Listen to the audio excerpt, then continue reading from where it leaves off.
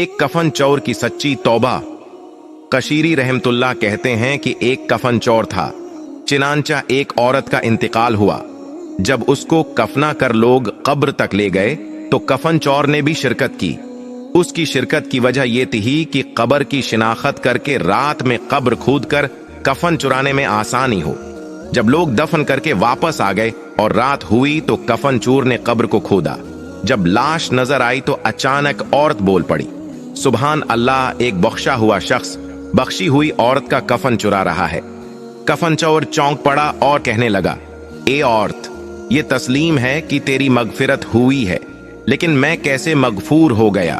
عورت نے کہا، اللہ تعالیٰ نے میری مغفرت فرمائی اور ان لوگوں کی بھی مغفرت فرمائی جن لوگوں نے مجھ پر نماز جنازہ ادا کی تھی۔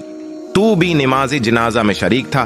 یہ سن کر کفن چور نے ارادہ ترک کر کے مٹی برابر کر دی اور پھر ایسی توبہ کی کہ صالحین کی جماعت میں اس کا شمار ہونے لگا، اور لوگوں کی عبرت کے لیے یہ واقعہ خود اس نے اپنی زبان سے لوگوں کو سنایا۔